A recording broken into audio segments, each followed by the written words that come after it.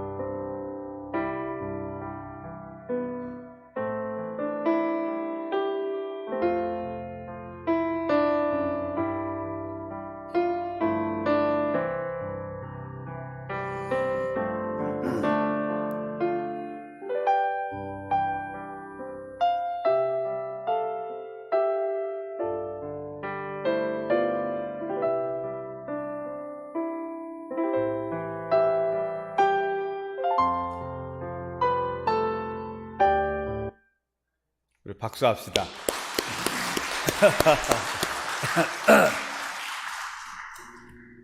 하나님의 은혜 안에 다 복된 가정들 되시기를 축복합니다. 오늘 우리 배미정 권사님 미국에서 석 달 동안 사시다 오셨군요. 우리 배미정 권사님 환영합니다. 박수합시다.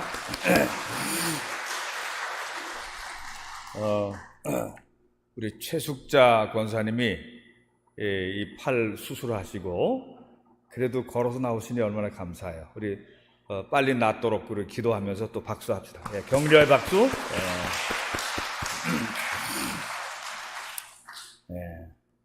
멀리서 그 해외에서 또 병원에서 어려운 데서 여기서 함께 예배드리진 못하지만 영상으로 예배드리는 분들도 하나님의 은혜 함께 있기를 축복합니다.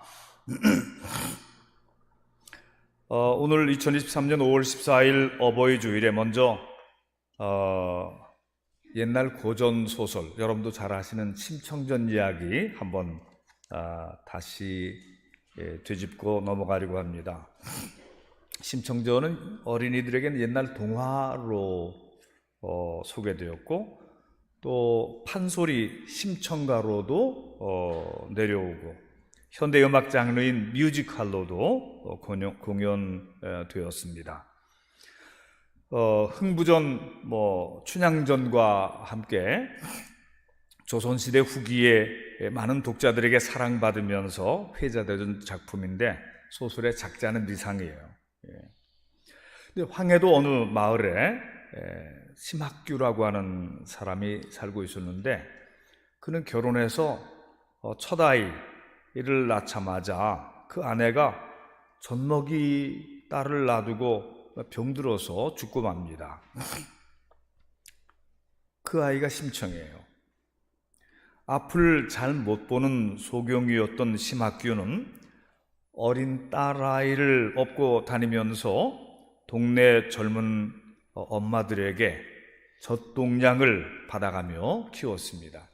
이 젖동량이라고 하는 거는요, 요즘 모유 대신 이렇게 분유, 수유 먹이고 그러는데 예전엔 젖밖에 없었잖아요. 그 젖을 엄마가 병들었거나 또 엄마가 이렇게 어렵게 되어서 젖을 못 먹이면은 그 아이를 이웃 아주머니들이 자기 젖을 먹여가면서 키워주는 거죠. 이게 젖동량이라고 그러는 것입니다. 이렇게 자라난 심청이는 착한 아이로 자라났는데 엄마가 안 계시고 아빠도 소경이니 어릴 때부터 소녀 가장이 될 수밖에 없었어요. 그래서 남의 집에 일해주고 심부름 해주고 먹을거리를 간신히 챙겨와서 아버지를 봉양해드리며 살아갈 수밖에 없었습니다. 살림은 구차하지만 심청이는 착하게 성실하게 잘 자라서 고운 처녀가 되었어요. 근데 아버지 신봉사는 나이가 들어갈수록 자주 넘어져요. 깨지고 물에 빠지기도 하고. 그래서 효녀 심청이의 마음을 아프게 하였습니다. 언젠가는 다리에서 떨어져서 개울물에 빠져서 허우적거리던 신봉사를 지나가던 스님이 구해주었는데 그 스님으로부터 공양미 300석을 부처님께 드리면 눈이 떠질 수 있습니다. 그런 말을 듣고 심청이는 그때부터 그 공양미 300석을 어찌 구하나 그런 생각에 골몰하고 있었을 때 어느 날 심청이가 사는 동네에 외지 사람들이 와서 이상한 말을 하고 다녔습니다. 바다 건너 먼 나라로 배를 타고 다니며 무역을 하는 사람들이 항해의 안전을 위해서 바다에 제물로 드릴 처녀를 찾는다. 그런 말이 들렸어요. 스스로 제물이 되어줄 처녀에게 그 대가로 쌀 300석을 준다는 조건이었습니다. 심청이는 그 조건에 마음이 쏠렸어요.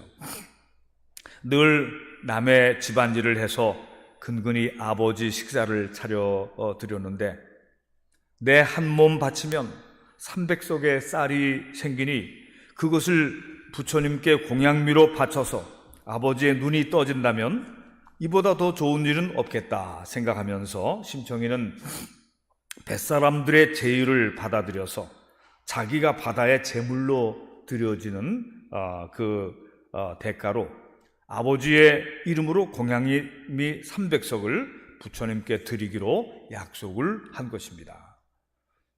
신봉사는 그런 사실도 모르고 어느 날부터 갑자기 밥상이 풍성해지고 쌀밥이 올라오는 것을 즐거워하고 행복해했습니다. 얼마 후에 심청이는 눈물로 아버지를 하직하고 무역선 상인들을 따라서 배를 타고 거친 바다로 나가서 그 배의 평안한 항해를 위해서 그 흉흉한 바다 인당수의 제물로 던져지게 되었습니다. 심청이는 아버지 신봉사를 생각하며 눈물 지으며 천지신명님께 아버지를 부탁드리고 자기 몸을 바다로 던지는 것이지요.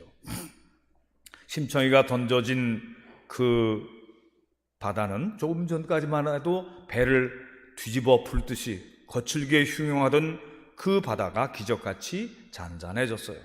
무역선 상인들은 무사히 자기들의 뱃길을 갔습니다. 그러면 바다에 몸을 던진 심청이는 어떻게 되었을까? 거센 파도가 울렁거리는 무서운 심해로 던져진 그런 심청이를 그 효성이 갸륵하게 그 효성을 갸륵하게 여기고 서해 바다의 용왕님은 큰 거북이를 시켜서 심청이를 용궁으로 데려오게 하는 것입니다. 그리고 그 용궁에서 심청의 생명을 살리고 그리고 평안하고 행복하게 살도록 배려를 해주는 것이죠. 그래도 심청이가 아버지를 그리워하고 염려하는 것을 본 용왕님은 심청이에게 예쁜 옷을 입히고 아름답게 치장한 후에 큰 연꽃 속에 띄어서 세상으로 돌려보내는 것입니다. 어느 날 심청이가 빠졌던 그 바다 인당수를 그 백령도 어디 바다라고 얘기를 합니다. 그쪽에 아주 파도가 심한 곳이 있어요. 그 인당수에 아름답고 큰 연꽃이 떠오르자 뱃사람들은 그 신기한 연꽃을 떠서 임금님께 갖다 바쳤고 그 연꽃 안에서 심청이가 아름다운 모습으로 나왔던 것입니다. 아름다운 손녀처럼 세상으로 돌아온 심청이는 임금님의 아내 왕후로 간택이 되어서 궁궐에서 지내게 되는데, 임금님은 자기 아내가 매일 아버지를 그리워하는 것을 보고 전국의 장님들을 위해서 큰 잔치를 열어주기로 한 것입니다. 궁궐로 초청받은 소경과 장님들은 큰 기쁨으로 먼 길을 올라옵니다. 이게 웬일인가 그러면서 사랑하는 딸 심청이를 잃어버리고 마음 상하여 정처 없이 떠돌던 신봉사도 임금님과 왕후가 베푼 궁전의 소경 위로 잔치에 참석하러 뒤늦게 올라오게 되는 것입니다. 맛있고 풍성한 음식이 가득한 잔치, 임금님과 왕비의 너그러운 베풀므로 전국의 소경과 장님들은 생전 처음 그런 잔치에 초대를 받아 흥겨워하며 즐거워했는데, 왕비 심청이는 그 잔치에 참여한 수많은 장님들 중에서 자기 아버지를 찾느라 애태우다가 마침내 잔치 마지막 날에 한쪽 구석에 혼자 앉아서 음식을 먹고 있는 자기 아버지를 찾아내는 것입니다. 심청이가 아버지, 저 심청이에요. 바다에 던져졌지만 용왕님이 저를 구해주시고 다시 살아나서 왕비가 되게 해주셨어요. 그래서 아버지를 만나려고 이런 잔치를 벌인 거예요. 신봉사는 낯익고 정다운 심청이의 목소리를 듣고 이게 꿈인가 생기신가? 심청이가 살아있고 임금의 아내가 되었다는 이 놀라운 소식을 듣고 기쁨에 겨워 소리칩니다. 심청아, 내 딸이 살아있다니, 어디 보자 심청아. 그리고 감격의 찰나에 신봉사의 눈이 번쩍 뜨여졌다. 아멘. 기적이 일어났어요. 기적이. 신봉사의 시력이 완전히 회복되어서 딸을 보게 된 기적이 일어난 것입니다. 이 심청전은 해피엔딩의 대표적인 소설입니다. 이 심청전의 스토리는 효가 중심이 되니까 아마 유교적인 배경이 깔려 있는 것 같아요. 조선시대 유교적인 배경이 깔려 있고, 또 불교적인 공양미 삼백석이라든가 이런 불교적인 또 신앙, 그 다음에 이 용왕님이라든가 이런 얘기는 이건 또 도교에서 나오는 거, 도교, 산신령, 하늘님 이런 거 도교에서 나오는 거거든요. 그래서 그 유교, 불교, 유불선 이런 것이 여기에 섞여 있는 그런 종교 소설이기도 합니다. 그 부녀는 누구보다도 불행한 운명과 가난한 환경에 처했었지만, 신봉사는 어린 딸을 버리지 않고 그 업어서 젖동량해가면서 키우느라고 최선을 다했어요. 자라난 딸은 아버지를 섬기며 효를 다하다가 자기 목숨을 들여서라도 아버지 눈을 뜨게 해드려야 되겠다고 하는 갸륵한 결심을 하고, 그런 감동적인 기도와 헌신이 하늘에 닿아 바다도 땅도 감동하여 놀라운 기적이 일어난 것입니다. 이게 성경적으로 봐도 어긋나는 게 아닌 게, 결국은 천지의 대주제이신 하나님이 해주신 거예요. 심청이의 효심 어린 기도를 들어주셔서 마침내 불행한 아버지의 눈을 뜨게 한 기적이 이루어졌다는 신앙심이 담겨있는 소설인 것입니다. 성경에 내 부모를 공경하라, 이 계명은 10계명 10가지 계명 중에 5번째 계명인 것입니다. 이 순서로는 5번째인데 하나님께 대한 계명이 1, 2, 3, 4계명이니까 인간에 대한 의무로 보면 첫 번째 계명이 네 부모를 공경하라, 그런 계명이죠. 그런데 이 5번째 인간에 대한 계명으로 첫 번째인 이 효에 관한 가르침은 거기에 뒤에 조건이 달려 있습니다. 그러면 보응의 조건인 것입니다. 그리하면 내 하나님이 내게 준 땅에서 내 생명이 길리라. 생명이 길리라 그랬어요. 하나님이 내게 준 땅에서 내 생명이 길리라, 장수하리라, 그런 말씀이거든요. 자, 이런 이 보상과 장수의 상급의 의미에 대해서 제가 좀 이게 무슨 뜻인가 좀 묵상을 해봤어요. 부모를 공경하는 사람은 당연히 부모와의 관계가 좋음으로 부모의 축복과 사랑을 받으며 살게 되어 있는 것이죠. 그리하면 자녀의 마음도 평안하고 하는 일이 형통하고 잘 될 것입니다. 부모와의 관계가 좋은 사람은 형제 사이의 관계도 좋고 친구와 이웃과의 관계도 좋게 되어 있어요. 그런 인간관계 속에서는 하는 모든 일들이 하늘의 복을 받게 되는 것입니다. 부모를 공경하는 사람은 직장생활이나 사회생활에서도 윗사람이나 어른들을 존중하고 예절을 지키기 때문에 그런 자세와 태도는 매우 호감을 갖게 만들고 사람들을 적으로 만들지 않고 좋은 인간관계를 통해서 우호적인 사회가 되게 되는 것이죠. 여기서 모든 좋은 일들이 일어나게 되는 거예요. 근데 이제 이와 반대 상황을 우리는 가정해 볼 수 있습니다. 부모와의 관계가 나쁘다. 불효하고 부모와 싸우고 원수 맺고, 자, 그러면 거기서도 모든 관계가 틀어지게 되는 거예요. 뭐 부모가 잘못해서 자식이 불효하게 되는 그런 상황이라 하더라도 그것 때문에 모든 관계가, 인간관계가, 사회에서의 형제들과 이웃들과 직장과의 모든 관계가 다 틀어지게 되는 것입니다. 그래서 그 사람이 인생에 성공하지 못하게 되는 거고 그 사람은 병들고 일찍 죽게 되는 거예요. 그게 장수를 하지 못한다, 그런 얘기입니다. 적지 않은 경우 자녀들은 어려운 환경이나 힘든 일들을 만날 때에 부모를 원망하고 자기를 낳아주고 키워준 부모에 대해서 감사하지 않는 경우들이 많이 있어요. 여러분 중에는 그런 분이 없죠? 근데 세상에는 그런 사람 많습니다. 힘들고 어려워지면 부모 탓하고 왜 나를 낳았어? 그러면서 모든 것을 부모에게 돌리고 자기 운명을 저주하고 그러는 것입니다. 근데 이런 것을 도덕적으로 고칠 수는 없어요, 여러분. 그런 것은 원죄적인, 창세기에 나오는 원죄적인 죄의 문제하고 근원적인 뿌리로 연결되기 때문에 도덕적으로 효를 행해야 된다, 그러면 안 된다, 이런 거 갖고는 고쳐주지 않는 것입니다. 그 사람이 하나님의 은혜 가운데 거듭나야만 고쳐줄 수 있게 되는 거예요.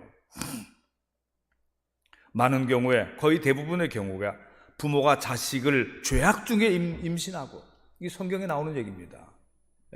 부모가 죄악 중에 나를 잉태했다. 그리고 그 부모의 죄가 자식들에게까지 그대로 전이가 되는 거예요. 유전적으로도 그렇고 생활 습성적으로도 그렇고 모든 삶의 양식으로도 그 죄악이 그냥 그대로 자녀들에게 연결되는 것입니다. 제가 예전에 어느 집에를 신방을 갔었는데 그 사람은 이 지적 장애라고 하는 그런 판정을 받은 분이에요.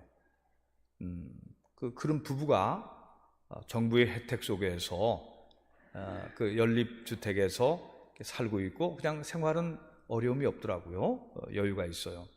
근데 이제 신방을 가서 이렇게 얘기를 하고 말씀을 전하기 전에 그 사람이 저한테 이런 얘기를 합니다. 목사님, 저는요 아기 때에 버려져서 쓰레기통에서 저를 발견했다고 합니다.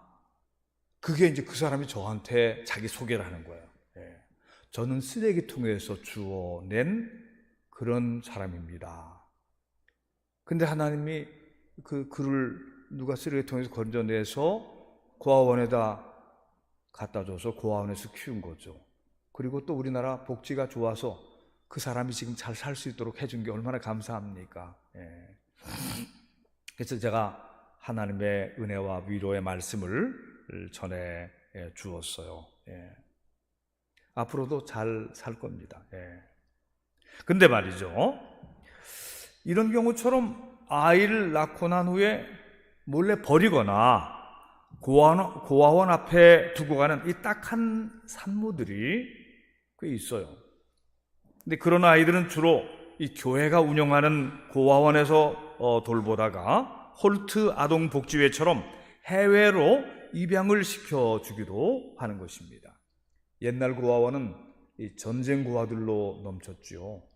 요 근래의 고아들은 이 아이를 낳고서 무책임하게 버리는 그런 일들로 인해서 고아원 그런 아이들이 자라나고 있는 것이죠. 근데 이제 지금도 가끔씩 아주 어렸을 때에 해외로 입양된 아이들이 다행히 잘 자라나서 자기를 버린 부모를 찾아서 만나기 위해서 우리나라를 방문하는 그런 스토리들이 텔레비전 특집을 통해서라든가 여러 가지 신문 잡지를 통해서도 소개되곤 했어요.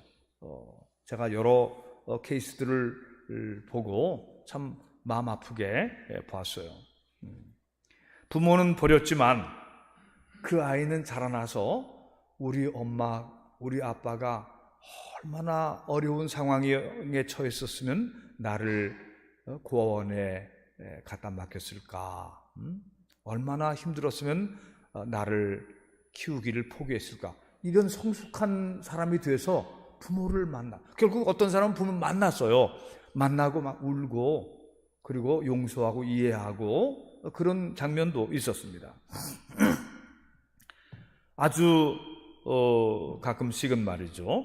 미국이나 프랑스, 캐나다, 노르웨이 뭐 이런 그 기독교인들 가정 그런 데서 입양해서 그 자녀들을 잘 키워서 훌륭한 사람이 됐어요. 지난번에 프랑스로 제가 기억나는데 프랑스의 어떤 차관까지 됐어요. 어떤 여성이 한국인 입양돼서 갔는데 차관까지 됐어요. 굉장한 일이죠. 그런 사람들은 자기를 낳고 버린 부모를 원망하지 않아요. 성숙하게 자랐어요.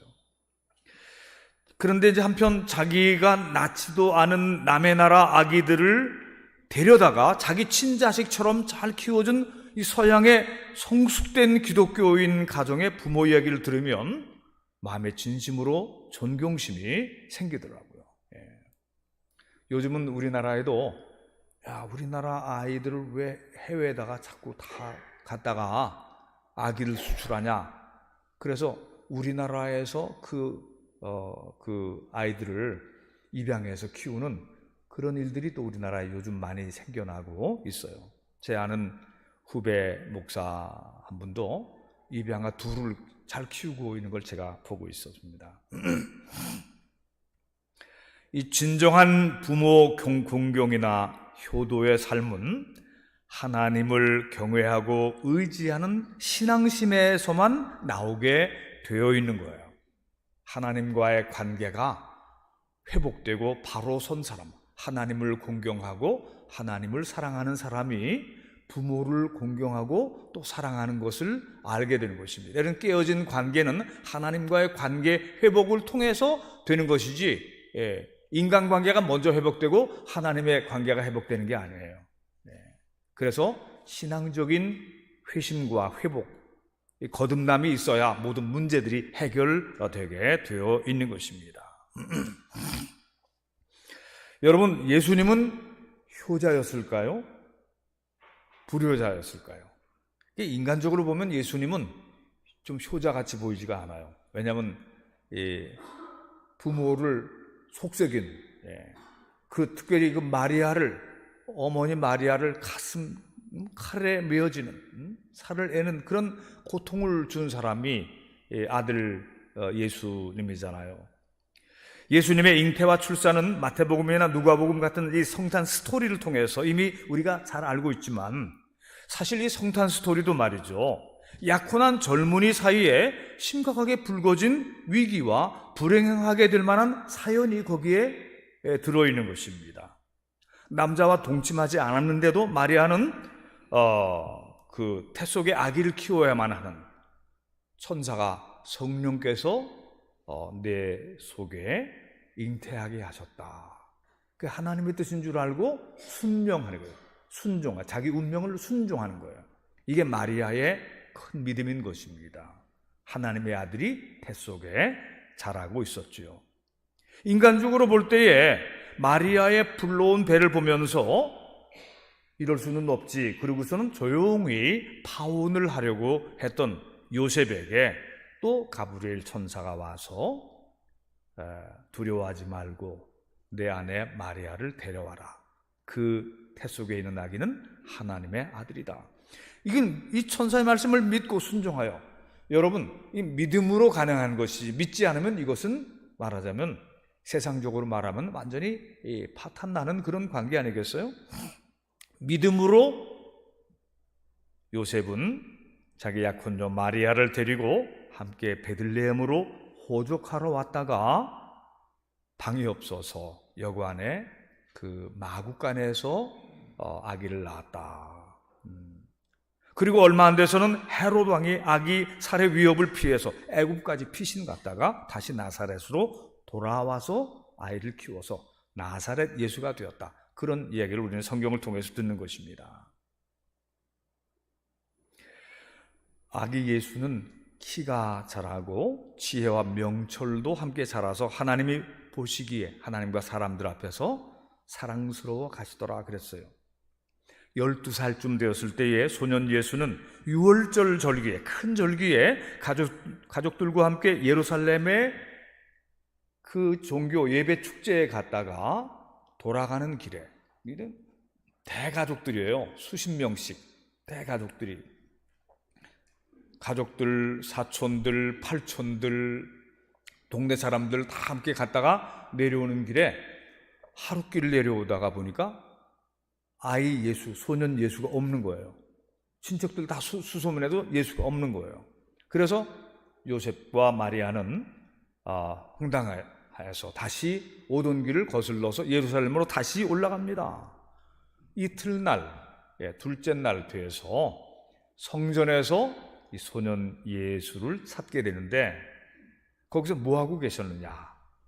랍비들과 제사장들 사이에서 율법의 말씀들을 토론하고 또 배우는데 예수님이 거기에 앉아 있었다, 그런 얘기죠. 그래서 이 부모가 어린아이 이 소년 예수에게 나무랐어요. 예수야, 우리가 너 잊어버린 줄 알고 얼마나 우리가 걱정하면서 찾았는 줄 아니? 그러니까 이 소년 예수님이 이렇게 얘기했다는 것이죠.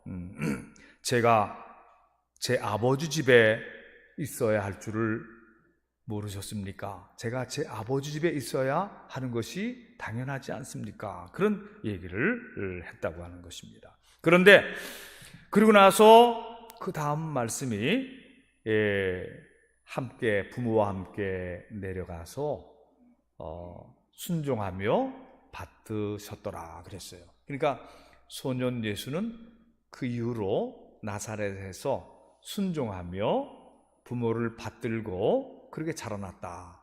어린 시절 얘기는 이제 거기까지만 나오고 있는 것입니다. 예수님이 이제 공생애를 시작하신 후부터는 완전히 집에서 떠나셨죠. 그리고 나서 마침내 예루살렘의 가야바 그 대제사장으로부터 신문을 당하시고, 빌라도 총독으로부터 십자가형을 언도받고 골고다 언덕의 십자가에 못 박혀 죽으시기 전에 십자가 상에 7마디의 말씀이 있어요. 그 말씀 중에 어머니에 대한 그 배려의 말씀이 나옵니다. 어머니, 울고 슬픔에 겨워서 쓰러져 있는 그 마리아에게 십자가 상의 예수님이 어머니에게, 어머니, 당신의 아들입니다. 이 자기의 제자 중에 제일 젊은 제자 사도 요한에 대해서 얘기하는 것입니다. 요한복음에 보면 요한이 그 아래에 와 있었다고 되어 있어요. 그리고 요한, 제자 요한에게는 요한아, 내 어머니니라. 그렇게 해서 그 십자가 상에서 예수님은 그 어머니를 자기 사랑하는 제자 요한에게 맡겨드려요.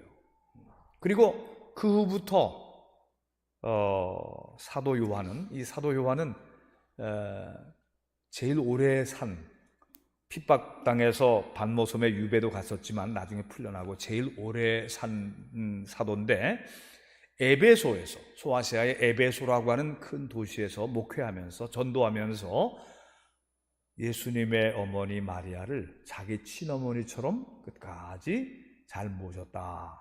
그 에베소에서 그런 그 지역이 있어요. 여기서 요한이 그 마리아를 모셔드린 곳이 이쪽입니다. 그런 소개를 받았어요. 오늘 이제 말씀을 이제 정리해 봅니다. 주 안에서 부모를 공경하라 그랬어요. 사도 바울이 예수님의 가르침 성경의 말씀을 조금 더 부연해서 설명합니다.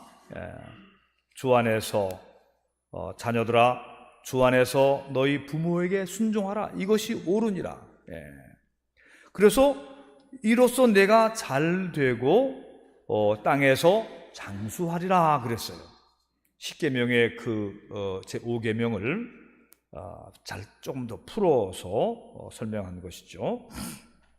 이 말씀은 부모가 우리를 낳으시고 키우시고 교육시키시고 잘해 주셨기 때문에 부모에게 효를 하고 공경하라는 그런 의미이기도 해요. 그 다음에 거기서 더 나가서, 자, 이제 부모가 늙으셨어요. 부모가 힘이 없으셔요. 부모가 병들었어요. 내게 해준 것이 별로 없고 지금도 내가 받을 것도 없어요. 그래도 주 안에서 부모를 공경하라. 주 안에서 부모를 공경하는 것은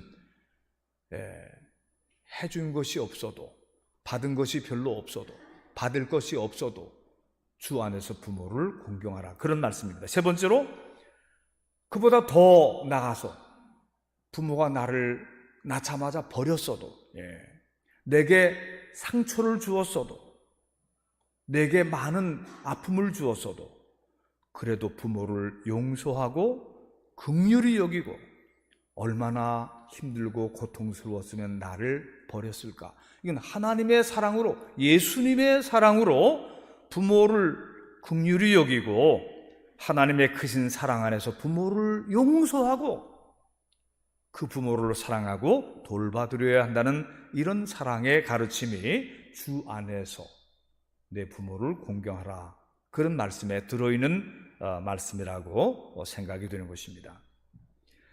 오늘 여기는 젊은이들도 있지만 이제 연세 드신 분들이 거의 이제 대부분이신데, 이제 육신의 부모님이 벌써 돌아가신 지 오래되시거나 지금 이제 거의 이제 돌아가실 때가 다 된 이런 분들도 계시지요. 제가 이렇게 돌아보니까 제 아버지는 돌아가신 지 24년째가 돼요. 제가 박사학위를 늦게 할 때에 1999년도에 박사학위를 시험 보러 갔는데 아버지가 그냥 돌아가셨어요. 그래서 제가 기억을 하고 있습니다. 시신을 연세대학교 의과대학에 해부학교실로 기증을 하셨기 때문에 장례식을 연세대학교 에서 치러드렸어요. 그러니까 이 상가 쪽에서 저희 쪽에서 할 일이 별로 없었어요. 그래서 모든 거를 다 청소비까지 다 연세대학교에서 다 해줬어요.